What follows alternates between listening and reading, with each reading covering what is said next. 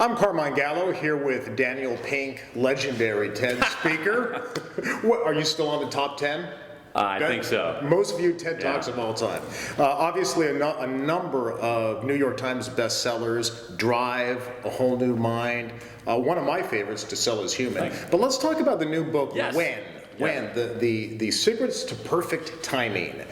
We're doing this interview at 11:30. Mm-hmm. Good timing? 11:30 a.m., as you can tell by the light here. Yeah, that's actually a pretty good time. I mean, what a lot of the research shows is that we go through the day in a peak, a trough, and a recovery. And most of us have our peak in the morning. So if you think about things like good mood or mental acuity, this is actually a pretty darn good time to do it, Carmen. I don't know, how are you feeling? Are you feeling mentally acute and spiritually aloft?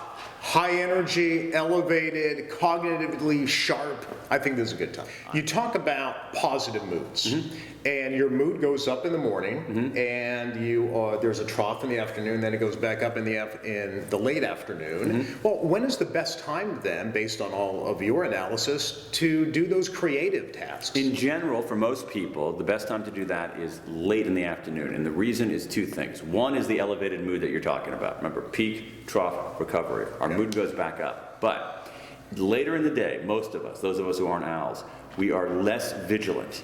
The reason that the peak is an important period of our day is that we are vigilant. We're able to lock down, bat away distractions.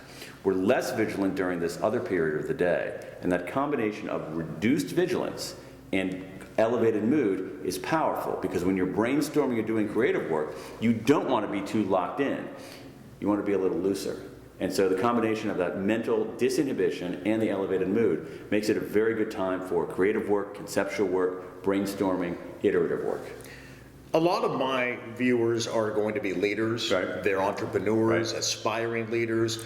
In terms of all of the analysis that you've done on perfect timing, I think you went through 700 studies, you and your assistants. What can they learn from this?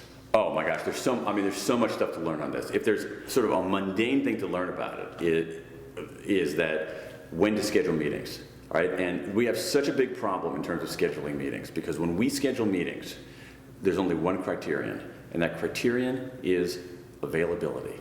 That's all we think about, all right? What we need to be thinking about in scheduling meetings is this: what kind of meeting is it? Is it an analytic meeting? Is it an administrative meeting? Is it a meeting where we need people to be creative? What kinds of people do we have going there? Do we have people who are morning people? Do we have people who are intermediate? Do we have people who are evening people? And the lack of intentionality in scheduling meetings is appalling.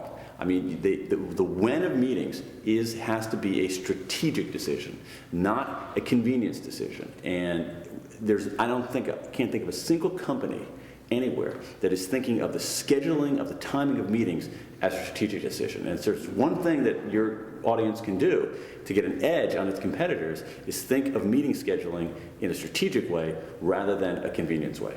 What about client presentations, which I write a lot about? I think the general rule of thumb that everybody knows is if you have to give a presentation after lunch, probably not the ideal time.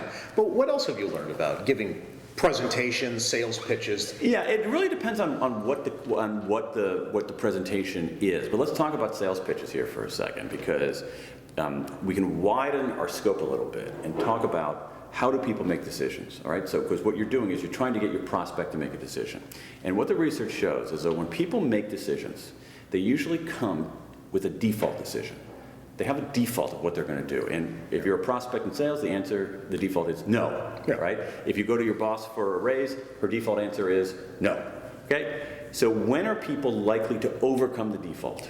And what the research shows, some very, very intriguing research, even on judicial decision making, is this: people are more likely to overcome the default early in the day and immediately after a break. And so the wisdom of like not pitching immediately after lunch, I don't know. Like immediately after lunch is not a bad time. Early in the day and immediately after breaks, that's when the research shows people are more likely to challenge the default. Now, to be fair, like all of this research, there's no guarantee. What we're talking about here is, can you use some of this research to dial the odds in your favor? So if your pitch has a 20% chance of succeeding ordinarily, and if you pick the right time of day, you have a 27% chance of succeeding, I'll take that. Or you don't have a 100% chance, but I'll go from 20% to 27% because over time, that's going to make a huge difference. Let's talk about one of the intriguing findings, which is the importance of taking frequent breaks. Yeah. And one of the studies that you came up with, or that you found, showed that 5-minute breaks every hour is a really good idea. Sure. Well, we're in Palo Alto, not too far from where Steve Jobs lived, and I remember when doing my research on Steve Jobs for one of my books that he used to take walks. So when people would visit with him, he would say, "Hey, let's take a walk." So I think intuitively that's what he was doing. He was taking those frequent mental breaks. Absolutely right. I mean, what we know about breaks is actually amazing. Originally, when I started working on this book, breaks were going to be a couple of pages in a chapter on the daily pattern. And the research was so overwhelming, I ended up writing an entire chapter on just breaks and how important they are and what we know about breaks. And what we know about breaks is exactly as you say, Carmine, what Steve Jobs intuited. We should be taking more breaks, and we should be taking certain kinds of breaks. And the kinds of breaks the research tells us we should be taking are this. We're better off doing something rather than nothing. So that 5-minute break, better than doing nothing. A 2-minute break, better than doing nothing. We know, see Steve Jobs, social is better than solo. That breaks with other people are more restorative than breaks that we do for ourselves, even for introverts.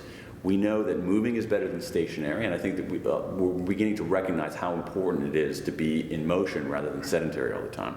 We know that outside is better than inside. And so this idea of going out for a walk outside with somebody is really strongly supported by the science. He intuited that that was the right thing to do. Now we have the evidence, the research to back that up, that intuition. Well, Dan, it's always the right time to interview you. So thank you. Thank you very much. Good luck with the book. Thank you, Carmine. Appreciate your time. Thanks for having me.